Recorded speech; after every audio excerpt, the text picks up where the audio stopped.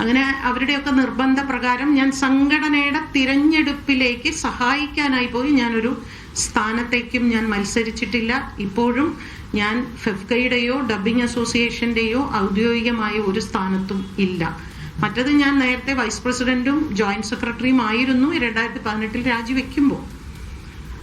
അങ്ങനെ സംഘടനയെ ഒന്ന് സഹായിച്ചു, കൂടെ നിന്നപ്പോഴാണ് പറയുന്നത് എന്റെ രാജി അവർ സ്വീകരിച്ചിട്ടില്ലായിരുന്നു എന്ന് ഞാൻ അപ്പോഴാണ് അറിയുന്നത്. അതിനുശേഷം ഞാൻ ഫെഫ്കയുമായിട്ട് യാതൊരു സഹവർത്തിത്വം ഇല്ലായിരുന്നു. പിന്നീട് ഹേമ കമ്മിറ്റി റിപ്പോർട്ട് വന്നപ്പോഴാണ് നിങ്ങൾ എല്ലാവരും കണ്ടത്. കുറേയധികം സ്ത്രീകളുടെ പ്രശ്നങ്ങൾ വന്നപ്പോൾ ശ്രീ ബി ഉണ്ണികൃഷ്ണൻ എന്നെ വിളിച്ചു പറഞ്ഞു, വരണം, വന്ന് സംസാരിക്കണം എന്ന് പറഞ്ഞു.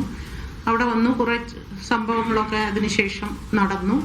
കുറേയധികം സ്ത്രീകൾക്ക് വേണ്ടി ഞാൻ ഇതുപോലൊരു പത്രസമ്മേളനം വിളിച്ചു. നിങ്ങളെല്ലാവരും വന്നു. അതുമൊക്കെ കഴിഞ്ഞു. അതിനുശേഷം ഒരു വുമൺ കോറം രൂപീകരിച്ചു ഫെഫ്ക. അതിൻ്റെ ചെയർപേഴ്സൺ ആയിരുന്നു ഞാൻ. അവിടെ ചില ചെറിയ ചെറിയ സ്ത്രീകളുടെ പരാതികൾ വന്നിരുന്നു, അതായത് സാമ്പത്തികമായിട്ടുള്ള കാര്യങ്ങൾ. അപ്പം അതെല്ലാം എൻ്റെ അടുത്ത്, സ്ത്രീകളുടെ പരാതികളായതുകൊണ്ട് തന്നെ അതെല്ലാം എൻ്റെ അടുത്തേക്കാണ് വിട്ടത്. അതെല്ലാം സംസാരിച്ച് അതെല്ലാം തീർക്കുന്നുണ്ടായിരുന്നു. പിന്നീട് തൊഴിൽപരമായ ഒരു സ്ത്രീയുടെ പരാതി എൻ്റെ അടുത്തേക്ക് വന്നു. ആ സ്ത്രീയെ കേൾക്കണം എന്ന് ഞാൻ പറഞ്ഞു. ആ സ്ത്രീയെ കേൾക്കാൻ പറ്റില്ല എന്ന് അദ്ദേഹം പറഞ്ഞു. അതിനെ ചൊല്ലി ഞങ്ങൾ അങ്ങോട്ടും ഇങ്ങോട്ടും അല്പം വാക്ക് തർക്കങ്ങളൊക്കെ അന്നുണ്ടായി. ഇത് ഒരു 3 മാസം മുൻപത്തെ സംഭവമാണ്. അപ്പൊ എനിക്ക് തോന്നി ഈ അടിച്ചമർത്തപ്പെട്ട വിഭാഗത്തിനെ, പ്രത്യേകിച്ച് സ്ത്രീകളുടെ വിഷയം കേൾക്കുന്നില്ലേ എന്ന് എനിക്കൊരു സംശയം തോന്നി. അപ്പൊ നിരന്തരം നമ്മളിങ്ങനെ പോരാടിക്കൊണ്ടേയിരിക്കണം, ഇങ്ങനെ വാക്ക് തർക്കങ്ങളും ഒക്കെ. പക്ഷെ ഭൂരിഭാഗം പുരുഷന്മാരാണ്.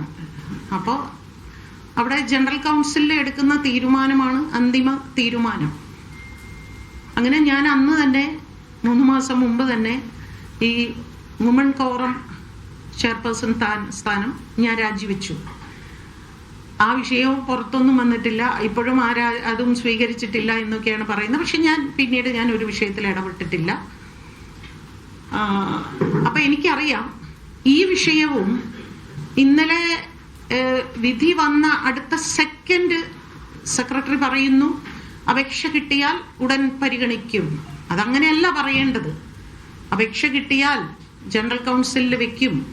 അല്ലെങ്കിൽ അദ്ദേഹം ഒരു സംവിധായകനായ അല്ലെന്നാണ് എൻ്റെ ഒരു വിശ്വാസം. ഈ പ്രതിസ്ഥാനത്ത് നിൽക്കുന്ന വ്യക്തി ദിലീപ് ഒരു സിനിമയും സംവിധാനം ചെയ്തതായിട്ട് എനിക്കറിയില്ല. അദ്ദേഹം സഹസംവിധായകരുടെ സംഘടനയിലെ മെമ്പറാണ്. അപ്പോൾ ഇത് ഡയറക്ടേഴ്സ്, അസോസിയേറ്റ് ഡയറക്ടേഴ്സ് അങ്ങനെയുള്ള ഉണ്ടോ എന്നൊന്നും എനിക്ക് വ്യക്തമായിട്ട് അറിയില്ല. എന്തായാലും അദ്ദേഹത്തെ സ്വീകരിക്കുമ്പോൾ ആ സംഘടനയുടെ അഭിപ്രായമാണ് പറയേണ്ടത്. അത് ഫെഫ്കയുടെ നേതൃസ്ഥാനത്തിരിക്കുന്ന വ്യക്തി അല്ല പറയേണ്ടത്. ആ സംഘടനയാണ് അയാൾക്ക് അംഗത്വം കൊടുക്കണമോ വേണ്ടയോ എന്ന് തീരുമാനിക്കേണ്ടത്. ഇപ്പൊ എൻ്റെ സംഘടനയിൽ, ഡബ്ബിംഗ് അസോസിയേഷൻ എന്ന സംഘടനയിൽ ഒരാൾ ഫെഫ്കയുടെ ഭാരവാഹികളോട് പോയി എനിക്ക് ഡബ്ബിംഗ് അസോസിയേഷനിൽ മെമ്പർഷിപ്പ് വേണം എന്ന് പറഞ്ഞാൽ തന്നിരിക്കുന്നു എന്ന് പറയാൻ ഞങ്ങളുടെ ബൈലോയിൽ അധികാരമില്ല. അതത് സംഘടനകൾക്കാണ് അതിന്റെ പരമാധികാരം. അപ്പൊ അതുകൊണ്ട് തന്നെ അതിന്റെ പരമാധികാരം ആ അസോസിയേഷനാണ്, ആ ഡയറക്ടേഴ്സ് അസോസിയേഷനാണ് അതിന്റെ പരമാധികാരം. അതൊന്നും നോക്കാതെ സ്വന്തമായ ഒരു അഭിപ്രായം പറഞ്ഞത് തീർച്ചയായിട്ടും അങ്ങേയറ്റം എനിക്കതിൽ പ്രതിഷേധമുണ്ട്. ഇന്നലെ രാത്രി മുഴുവനും ഉറങ്ങാതെ, അവള് ഉറങ്ങിയില്ല, ഞാനും ഉറങ്ങിയില്ല. ആ രാത്രി മുഴുവനും ആലോചിക്കുക എന്താണ് ചെയ്യേണ്ടത്.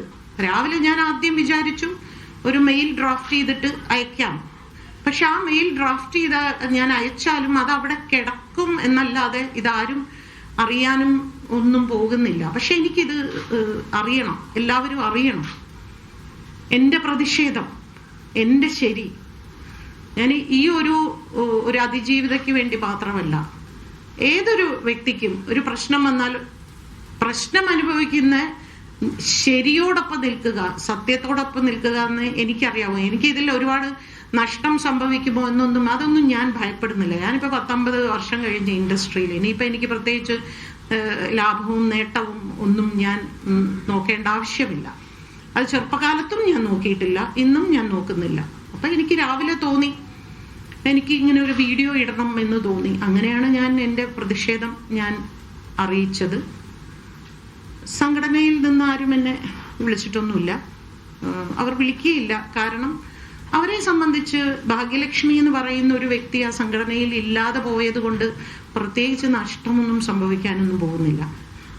പക്ഷെ ഞാൻ എന്നും അവർക്കൊരു തലവേദനയായിരിക്കും, എപ്പോഴും ഞാൻ അവർക്കൊരു ശല്യം തന്നെയായിരിക്കും. ഞാൻ ഇങ്ങനെ നിരന്തരം ഓരോ പ്രശ്നങ്ങളും പറഞ്ഞ് വഴക്ക് കൂടിക്കൊണ്ടേയിരിക്കുന്ന ഒരാളായിരിക്കും. അതുകൊണ്ട് ഞാൻ അങ്ങനെ മെയിലായിട്ട് ഇനിയാണ് ഞാൻ ഔദ്യോഗികമായി മെയിൽ അയക്കാൻ പോകുന്നത്.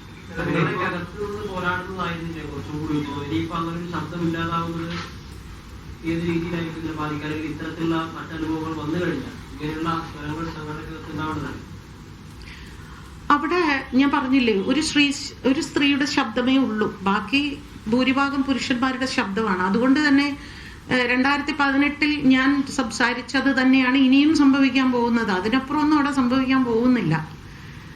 അതാണ് എനിക്ക് എൻ്റെ അനുഭവം വെച്ചാണ് ഞാൻ ഈ പറയുന്നത്.